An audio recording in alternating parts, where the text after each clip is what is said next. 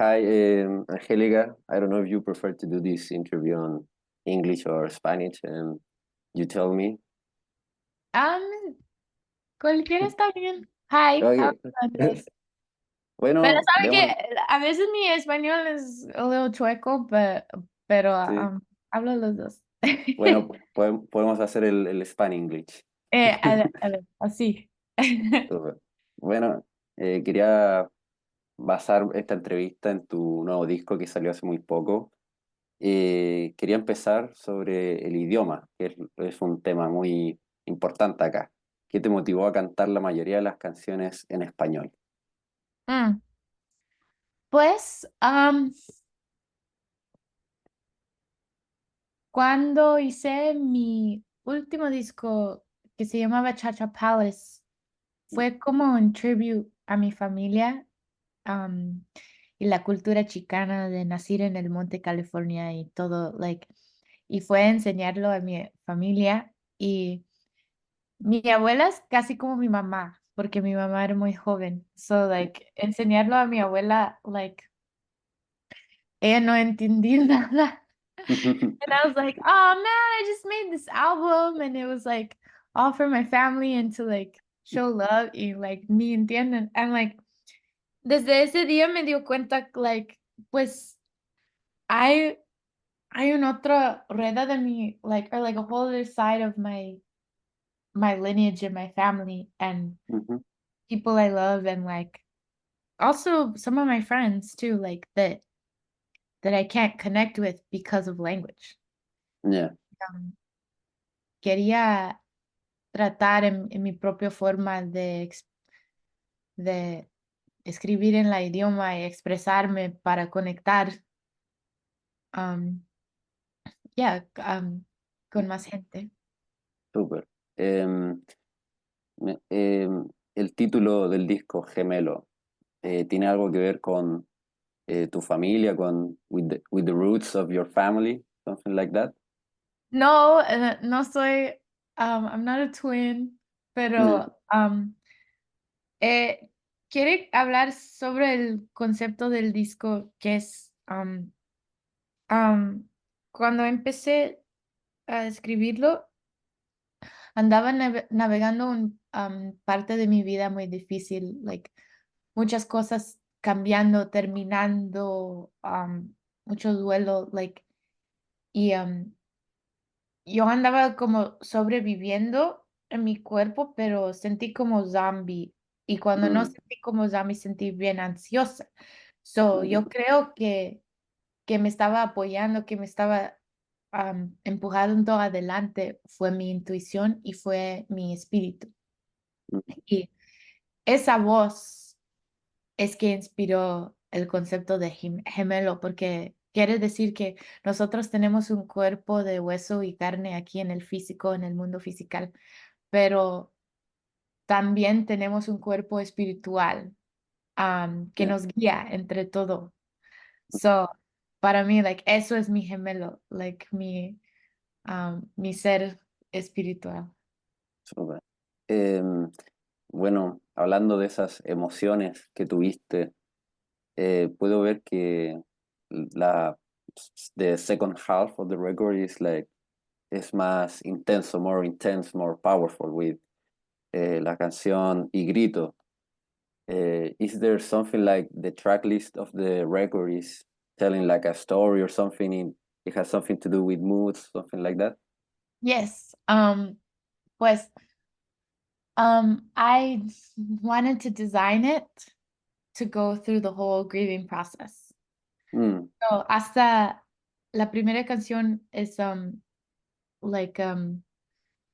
reflexiones. So, yeah. esa canción para mí es cuando el duelo, when it first hits you, when you're first, and it's very overwhelming, and you can't even speak for yourself. That's why there's not really even a lead voice. It's Mhm, like a choir. So in that time, it's like your spiritual guides, your guides, whether it's your mm, family, people that love you, whether it's community around you or in spirit are holding you. And mm, then it kind of goes through the process of Color de Dolor is finally kind of calling it what it is and trying to understand what happened to you. Um, the first side ends with Mírame, which is like a prayer that, okay, if I don't understand, I pray that you will help me to understand. And you're right, like, okay, so you end with the prayer on the first side, and then the first Yeah. side, the first song on the next side is Y Grito, which is like, Mm. okay, you wanted to know, so here we are.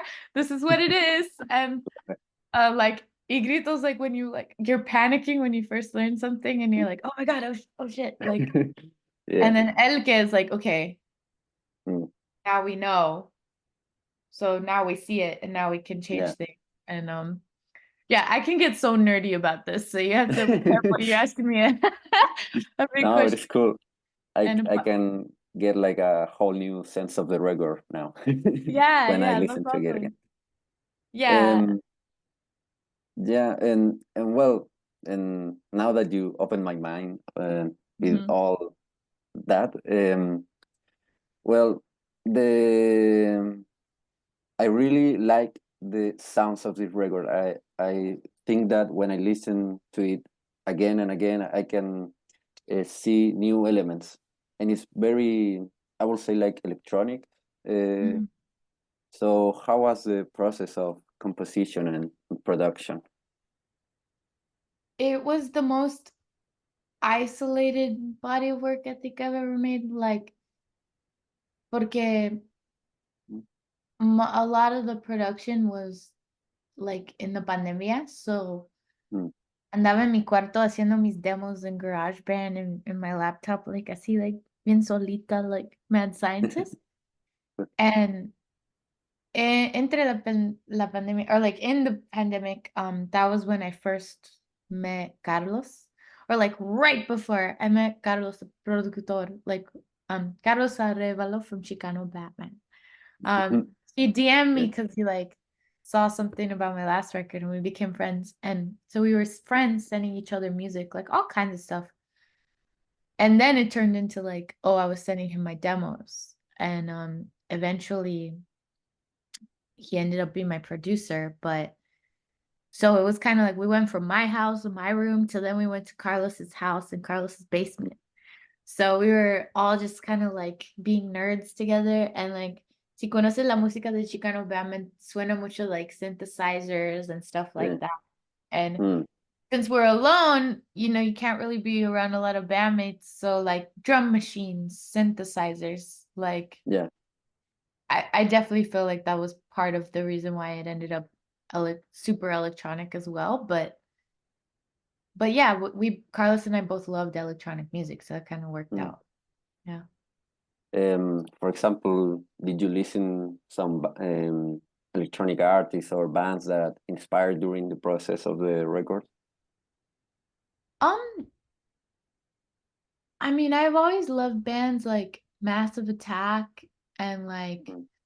I like bands like Radiohead that kind of infuse like live with technology. And we were talking about Portishead. Also, one of my references to him was actually like I was really listening to Faye and Tierna la Noche around that Mm. time. It was a record I loved when I was a kid. And aunque es un pop record, it has like that super electronic-y pop, Yeah.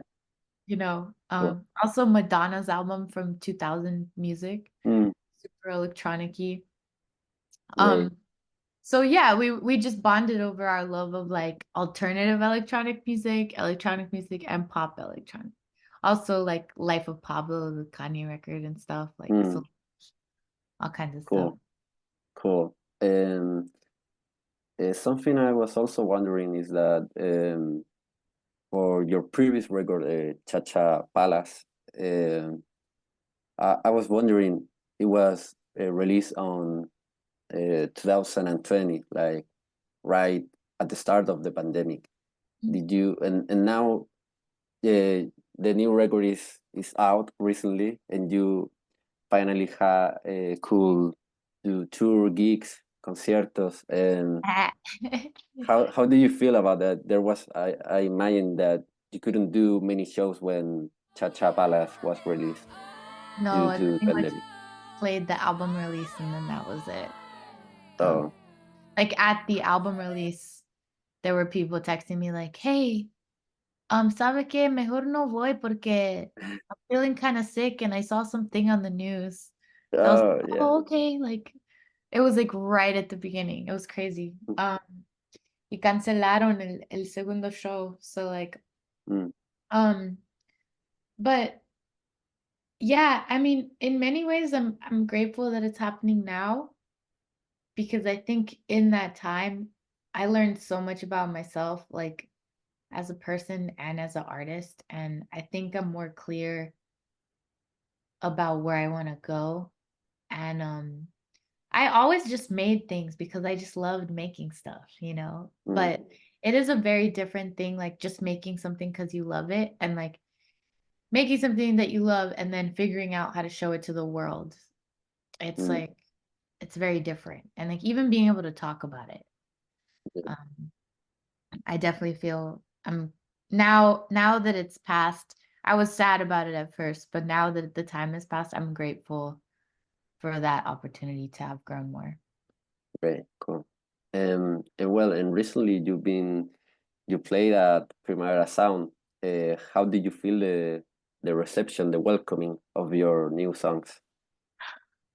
It was great. Like people were super kind and I especially had a lot of young people come up to me, which was really cool and like stopping me outside. Great. I was not gonna lie, andaba bien nerviosa para tocar en España. I was like, oh God, my Spanish, oh. like, Yeah. but I was just like, it's okay.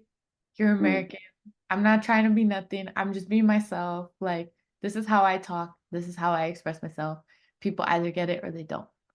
mhm, And that's it. And like, once you just like chill and let all that shit go, like, it was fine. And it was really cool. And like, and there were a lot of people that were like very positively speaking about like, yeah, like it's the words are a little different or whatever, but that's actually interesting. So I was like, okay, cool. That's good. great. Yeah. How will you compare to when you sing these new songs to that are in Spanish to I don't know. There's a Spanish crowd like at Primera Sound, but there's also I don't know when you play at United States and not many people speak Spanish. How would you say is their reaction? Um, I'm grateful that a lot of people seem to just connect with the music fundamentally and the way I deliver my vocals. And then the people that really care go back and they do research and try to learn more about what I'm saying. Um, Generally speaking, when I play shows, I feel like los que me entiendan más son los chicanos, like which makes sense. Like even in Texas, I did really well because it's like a mixture of American and Mm, Mexican culture, you know? yeah. Um, but you know what, that being said, like acabo de tocar en Alemania and Wow. and la gente the people in Alemania were like super excited. So I was like, Great. okay, that's amazing. And like en Inglaterra, unas chicas que eran como 13, 14 años estaban cantando las letras de Juanita. And I was like, Oh. do you speak Spanish? And they're like, no, we just like the song. And I was like, that's cool. That's really Oh, cool. So great. yeah, Yeah, very happy for that. thank you. Or, bueno, tengo mi última pregunta acá. Mm. Es sobre una de mis bandas favoritas, que es Idols, y pudiste tocar con ellos en 3 fechas. ¿Cómo pasó eso? ¿Cómo se sintió? Well, Idols and I are on the same record label. We're on Partisan. So there was a show that Partisan had in New York. I lived in New York Mm, before moving back here. And entonces todos andábamos en el mismo venue para tocar este show. Or Joe was DJing. yeah, Um, he and DJ. uh Yeah. and escuchó mi música y a mi voz and he was like, "Oh, esa like debe de like she should open shows for us." And I was like, "Me? Like you want me? Like I don't know. Like I'm good." And he's like, "No, no, no, no." He's like, "Es que tu voz tiene la violencia." And I was like, "Okay, true." Oh. I was like, "True." And yeah, then in English that's saying like hell hath no fury, like a woman scorned. And I was right. Yeah, don't forget that shit. Wow. Wow. I guess that must felt amazing. Yeah. So, yeah, all right, Angélica, my time is up, se me acabó el tiempo. Agradezco mucho poder hablar contigo y ojalá vernos algún día acá en Chile en algún show. Sí, me encantaría ir por allá. Yeah. Nice to meet Ok, you, Andrés. nos estamos viendo. Cuídate. Adiós. Gracias. Me cuesta el dolor.